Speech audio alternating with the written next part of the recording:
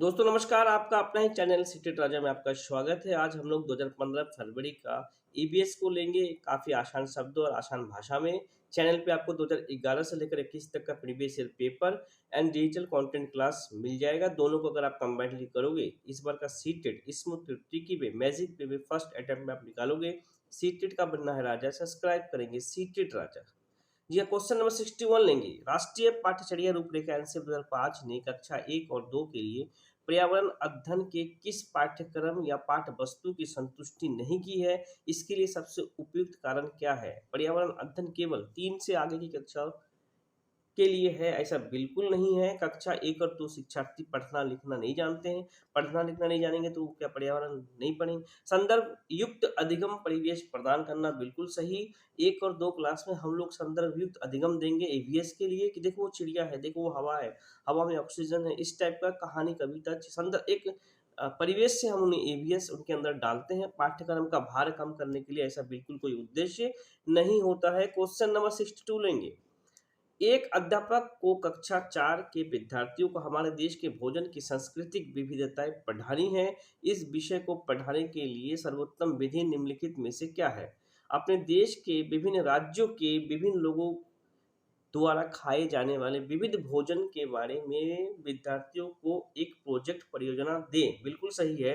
वो उसमें वो एक्टिव होगा, लर्निंग बाय डूइंग होगा, एंगेजमेंट होगा, विद्यार्थी तर्क करेगा, मूर्त अमूर्त रूप से सोचेगा। काफी व्यापक आंसर है। ऑप्शन 2 चेक करेंगे। विद्यार्थियों से पूछे कि उन्होंने क्या खाया है, उसके बाद चर्चा। ये उतना व्यापक नहीं है according to 1। Option third check करेंगे। विद्यार्थियों से कहे कि वो अपने परिवार के भोजन के बारे में सूचना एकत्र एकत्र करें, ये भी उतना व्यापक नहीं है एक की अपेक्षा। ऑप्शन 4 को चेक करेंगे। विभिन्न प्रकार की खाने की चीजें के चित्र फ्लैश कार्ड दिखाए, ये भी उतना व्यापक नहीं है, इतना हमें व्यापक को चूज करना है।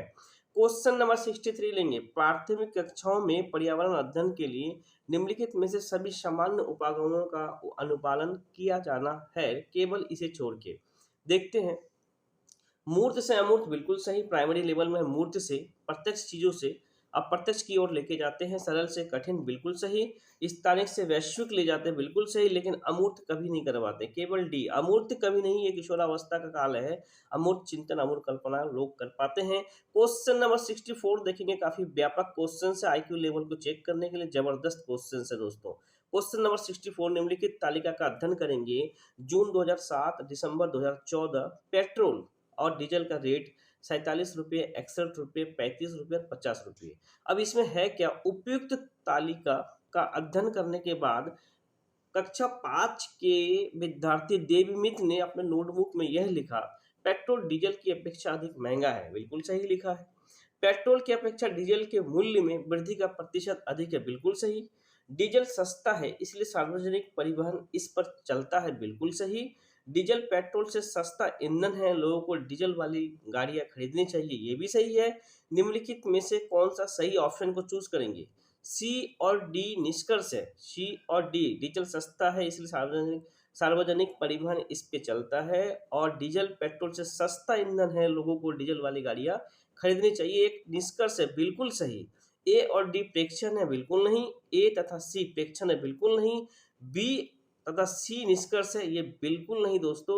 सी और डी हमारा एक निष्कर्ष निकल के आ रहा है इन टॉपिक में। सीटेट आपका आईक्यू लेवल को चेक करता है दोस्तों, नोट डाउन करेंगे। सीटेट का बनना है राजा, सब्सक्राइब करेंगे सीटेट राजा।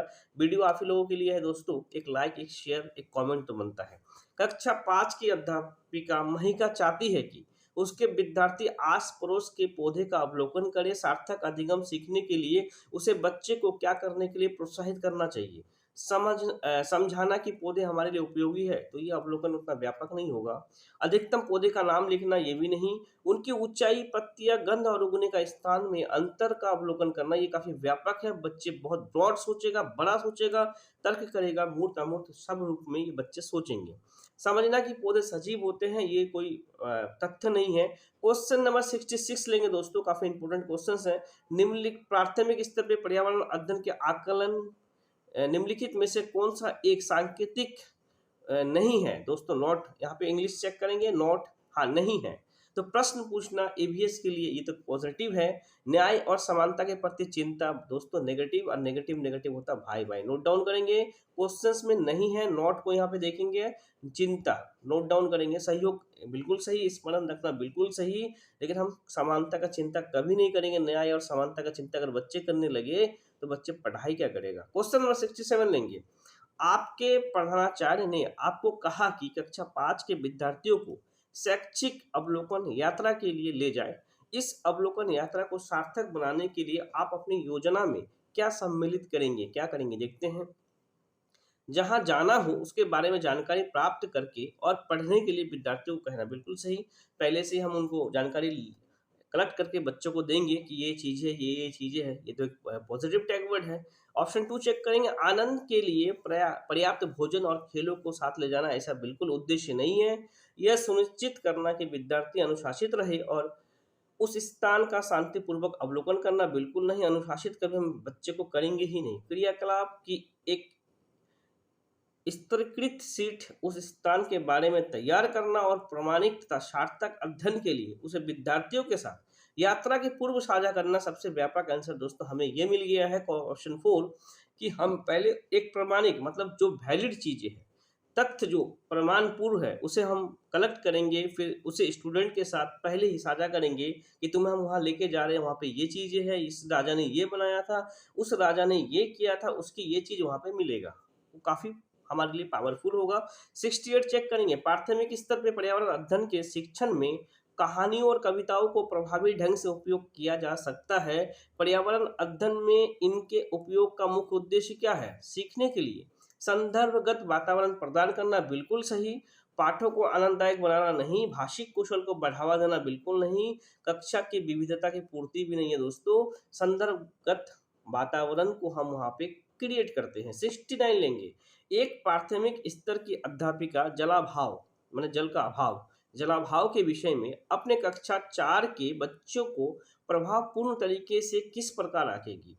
उपयुक्त विषय में एक लिखित परीक्षा का आयोजन करके बिल्कुल गलत। परीक्षा एक नेगेटिव ऐसे भी टैग वर्ड है, ये कोई ऑप्शन नहीं। यह पता करके कि उन्होंने अपने दैनिक जीवन में जल की बचत कैसे प्रारंभ किया, बिल्कुल सही है। वास्तविक जीवन से रिलेट हो रहा है, बच्चे का जहाँ पे वास्तविक जीवन से रिलेट हो वो ऑप्शन सबसे व्यापक है। जल संरक्षण में पोस्टर बनाने की गतिविधि का आयोजन करके दोस्तों, पोस्टर इससे कोई आपका अवलोकन बेस्ट नहीं होगा। बच्चे को जल संरक्षण पर नारे लिखने के लिए कहना, अरे ये तो बिल्कुल और नहीं होगा।